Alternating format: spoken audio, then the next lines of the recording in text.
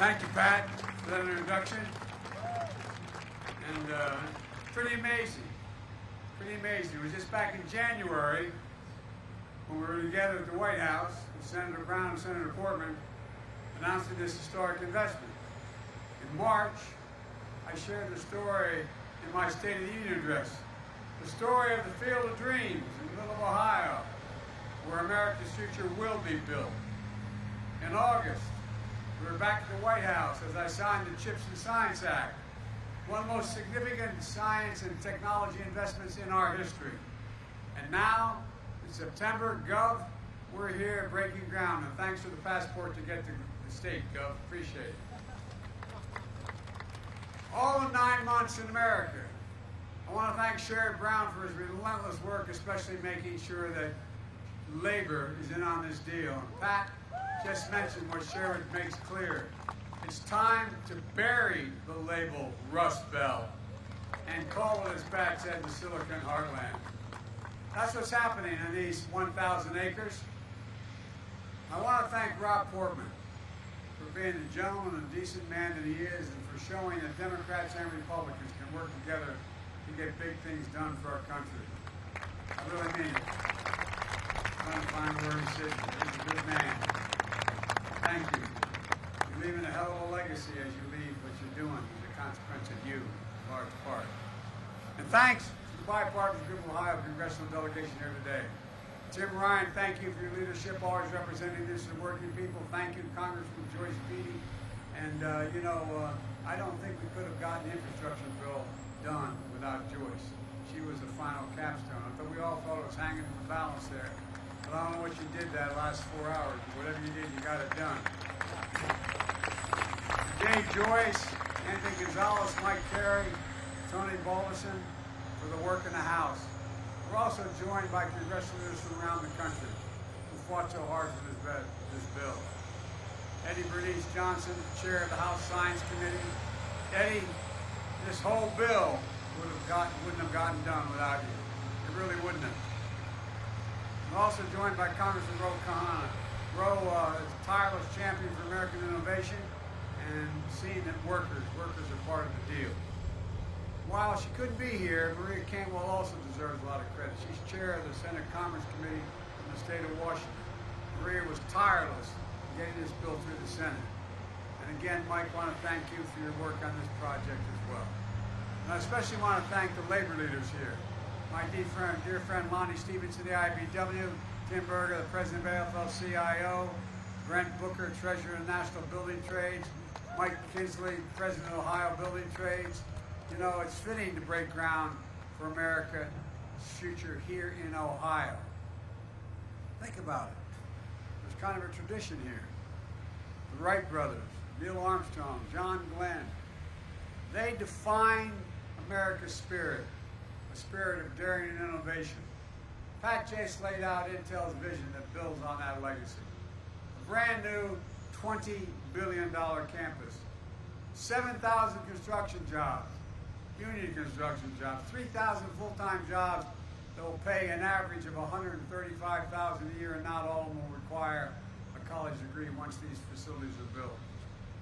And here's a critical piece. Intel is using a project labor agreement for this investment. For the folks at home, these are agreements that contractors, subcontractors, and unions put in place before construction begins. They ensure major projects are handled by well-trained, well-prepared, highly skilled workers. They resolve disputes ahead of time, ensuring safer work sites, avoiding disruptions and work stoppages that can cause extensive delays down the line. These agreements make sure construction is top-notch and projects are on time, on task, and on budget. Back in February, I signed an executive order to make sure federal construction projects use these project labor agreements. It's a big deal that Intel is using one here, and I thank them for that. And Intel is going to build a workforce of the future right here in Ohio. As you already heard, Intel committed $50 million to partner with community colleges and universities like Ohio State University, including Central State University, the only historically black university in Ohio, to build a pipeline for students in the semiconductor industry. The Director of National Science Foundation is here, Dr. Klein. He's here, and IF and Intel are going to invest $50 million each to support these kinds of partnerships. Folks, at home, you may be wondering, why is this such a big deal for manufacturing? Something so small in size as a fingerprint, as a semiconductor. Well, semiconductors are small computers that power everyday lives: smartphones, cars, washing machines, hospital equipment, internet, electric grid, and so much more, including our national security. And here's the deal. America invented this chip. America invented it. It powered NASA's moon mission. Federal investment helped bring down the cost of making these chips, creating a market and an entire industry. As a result, over 30 years ago, America had more than 30% of the global chip production. Then something happened. American manufacturing, the backbone of our economy, got hollowed out. Companies moved jobs overseas, especially from the industrial Midwest. And as a result, today we're down to producing barely 10% of the world's chips, despite leading to chip research and design. And as we saw during the pandemic, when factories that make these chips shut down, the global economy comes to a halt, driving up costs for families and everyone, not just here, but around the world. In fact, 1/3 of the core inflation last year was due to higher prices of automobiles because of the shortage of the semiconductors needed to build those automobiles. Folks, we need to make these chips right here in America to bring down everyday costs and create good jobs. Don't take my word for it. You heard Pat. Listen to the business leaders across this country. They're making decisions right now about where to invest to produce these chips. China, Japan, South Korea, European Union, all these places are investing tens of billions of dollars to attract chip manufacturers to their countries. But industry leaders are choosing us, the United States, because they see America's back and America's leading the way. Folks, since I took office, our economy has created nearly 10 million new jobs, more than 668,000 manufacturing jobs. Proof, a point that made in Ohio and made in America is no longer just a slogan. It's happening. The reality today is just beginning. Because I signed into law the Chips and Science Act, we're accelerating the progress. This new law makes historic investments for companies to build advanced manufacturing facilities here in America. Since I signed the Chips and Science Act, it's already started happening. The American company Micron announced it's going to invest $40 billion in the next 10 years to build factories, special chips called memory chips, to store information on your smartphones. That's going to create 40,000 good-paying jobs and increase America's share of the memory chip market 500%. Two other companies, Global Foundries and Qualcomm, announced a $4 billion partnership to produce chips in America that would otherwise have been made overseas. Qualcomm is one of the world's largest designers of chips and planning to boost production by up to 50% over the next 5 years. Today, in North Carolina, Wolfspeed is investing $5 billion to make chip devices for electric vehicles. They're going to create 1,800 good-paying jobs over 5 years. Folks, the future of the chip industry is going to be made in America. Made in America. Folks at home should know the manufacture of these semiconductors connects countless small business manufacturers into a supply chain that's going to thrive, all because of this law. Imagine if we had more of these kinds of factories across the country. This law makes that a reality. It matters. All of this is in our economic interest, and it's in our national security interest as well. Earlier this year, I went to Lockheed's factory in Alabama. They're making the Javelin missile that we're supplying to Ukraine to defend itself against Putin's unprovoked war. We need semiconductors not only for those Javelin missiles, but also for the weapon systems of the future that are only going to be more reliant on computer chips. This goes well beyond commercial needs. Unfortunately, we produce zero of these advanced chips in America. Zero. China's trying to move way ahead of us in manufacturing now. It's no wonder, which is either somewhat unusual, that the Chinese Communist Party actively lobbied U.S. business against this law. Basically, you want to do business in our country, don't do it there. The United States has to lead the world in producing these advanced chips, and this law makes sure that we will. And to be clear, the CHIPS and Science Act is not handing out blank checks to companies. I've directed my administration to be laser focused on the guardrails that will protect taxpayers' dollars. We'll make sure that companies partner with unions, community colleges, technical schools to offer training and apprenticeships, and to work with small and minority-owned business as well.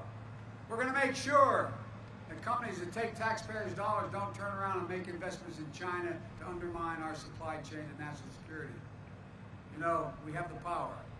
We have the power to take back any federal funding if companies don't meet these requirements. The law also requires that companies build these semiconductor facilities by Davis-Bacon prevailing wage, so people can live with a little bit of breathing room. This will ensure tens of thousands of new construction jobs and high-paying jobs, and more often, high-paying union jobs. And well, not only will companies use these funds to buy, but they cannot use these funds for stock buybacks and issue dividends. They have to manufacture. And finally, the law is about more than chips. It's about science as well. You know, decades ago, the United States of America invested 2% of its gross domestic product, 2%, in research and development. We led in everything. We created everything from internet to the GPS. Today, we invest somewhere between 7/10, but less than 1% in research and development. The United States of America. We used to rank #1 in the world in research and development. Now we rank #9. China was #8 a decade ago. Now China's #2. And other countries are closing in fast. The CHIPS and Science Act moves us up once again. It authorizes funding to boost our research and development investment back closer to 1% of our GDP. That's the fastest single year of growth in 70 years, but it's still not enough. We're going to make sure we lead the world in industries of the future, from quantum computing to artificial intelligence to advanced biotechnology. Think of the things and the kinds of investment we deliver. Vaccines for cancer, cures for HIV, inventing the next best thing that hasn't even been imagined yet. That's who America's always been. It's something that's really important. We're going to make sure that any company that uses federal funding for research and development to invent new technologies will have to make that technology here in America.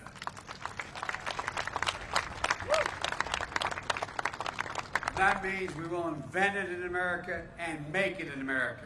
And we're going to make sure we include all of America. We're going to support entrepreneurs and technology hubs all across the country, including historically black colleges and universities, minority-serving institutions, tribal colleges. We're going to tap into the greatest competitive advantage we have, our diverse and talented workforce that's urban, rural, and suburban. Folks, I've asked Pat and many other leading businessmen leaders this question. When the United States decides to invest in considerable resources in a new industry that we need to build, does that encourage business to invest as well? And the answer is yes. Overwhelmingly, ask any major business person. Because they say if we think it's worth investing in, and we're putting tax dollars into it, it has an increased possibility of being usable and workable. Federal investments attracts private investment. It creates jobs. It creates industries. It demonstrates we're all in this together. And I believe there's another reason why companies are choosing the United States. It's because we're better positioned globally than we have ever been in a long, long time. We've seen a faster, stronger economic recovery than any other advanced nation on earth. I met with one of the leading companies, research companies in South Korea. I asked why they're going to invest billions of dollars in the United States. They said, because you're the most secure nation in the world. We know if we invest, it will be secure. And secondly, this surprised me, you have the best workforce in the world. Folks, and we have the best universities in the world. Dynamic venture capital system, rule of law that protects international property. And thanks to the infrastructure law that I signed with the help of many of the members who are here today, that means better roads, bridges, ports, airports, clean water, high-speed internet for every American. That's going to create millions of jobs all by itself. This is a game changer. Let me close with this. This is about our economic security. It's about our national security.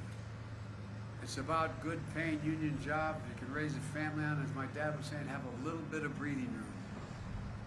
Jobs now. Jobs for the future. Jobs in every part of the country. We're not going to leave a part behind. There's no need to not develop the whole country. Jobs that show the industrial Midwest is back. The industrial Midwest is back. And that's what we'll see in this field of dreams. PhD engineers in science alongside community college graduates, skilled craftsmen, men and women, people of all ages, races, and backgrounds with advanced degrees or no degrees, working side by side doing the most sophisticated manufacturing that's ever been done. Pat was explaining to me what these are going to look like. Correct me if I'm wrong, Pat, but I was impressed. You're going to dig down 60 feet, 10 football fields long. You're going to make that all cement. You're going to use that as basis to build on, because you need security, you need stability for what you have like that, and you're going to build up stories beyond. I mean, this is incredible. Making a tiny computer chip, the size of a fingertip. They're showing what we've always believed. And I want to emphasize this, and I'll get out of your hair. And I mean this. You've heard me say this for a long time. There is nothing, I mean this from the bottom of my heart, there is nothing, not a single thing beyond our capacity as a nation if we do it together as the United States of America. And that's what we're going to do. This is an inflection point. We're going to look back on this period 20 years from now and say that's when it began to change. God bless you all, and may God protect our troops. Thank you, thank you, thank you. God, thank you.